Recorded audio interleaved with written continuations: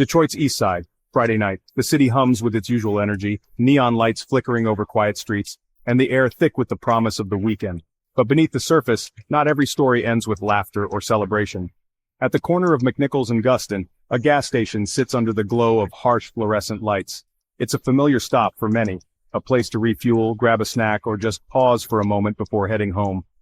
But on this night, something happened that would shatter lives and send shockwaves through the city. The ordinary became the unthinkable, and a community was left searching for answers. Sam Spruill Jr., a son, a friend, a familiar face in Detroit's vibrant nightlife. He was more than just a name, he was a presence, someone who brought people together and made the city feel a little smaller, a little warmer. Many knew him as a founding partner of Queen's Bar downtown, a spot where stories were shared and memories made.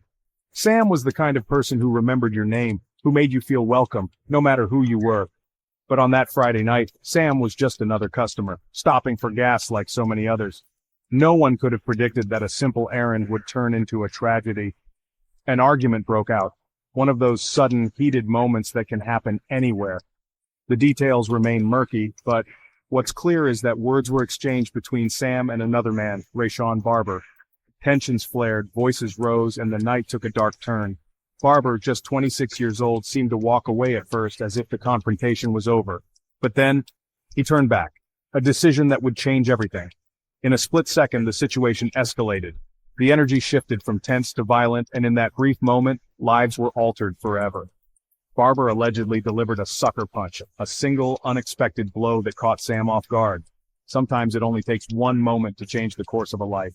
Sam fell hard, his head striking the unforgiving pavement. The sound echoed through the night, a chilling reminder of how fragile we all are. He never got up. Paramedics rushed to the scene, but there was nothing they could do. The violence and suddenness of that moment haunt everyone who witnessed it. For those nearby, it was a nightmare unfolding in real time, a memory that will linger long after the headlines fade.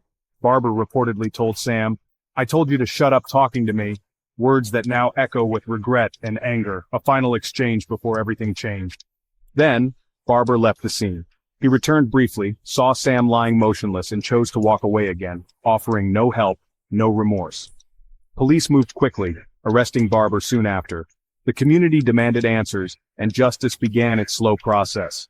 Barber now faces charges of involuntary manslaughter. With a prior record, including assault and home invasion, he could spend up to 15 years behind bars if convicted. For many, it's a familiar story of violence and consequence. But behind every headline, there's a family left in pieces. The pain doesn't end with an arrest or a court date. It lingers in the empty chairs and the quiet moments at home. Sam's father, Sam Spruill Sr., has spent his life helping others, especially men in prison, guiding them toward second chances and redemption. He's been a mentor, a counselor, and a source of hope for so many. Now, he faces a tragedy of his own, a loss so deep it's hard to put into words. He learned of his only son's death from two detectives just a day after their last conversation. The shock was immediate, the grief overwhelming.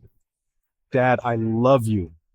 Those were the last words they shared, a simple phrase now carrying the weight of everything left unsaid. It's impossible not to wonder, how does a fleeting moment of anger turn into a lifetime of grief? How do families pick up the pieces when someone is taken so suddenly? Why does a simple disagreement, something that could have ended with words, instead end in tragedy? These are questions that haunt not just one family, but an entire community. True crime isn't just about the crime itself, it's about the people left behind, the lives forever changed, and the pain that ripples outward. Sam Spruill Jr. was known for his generosity.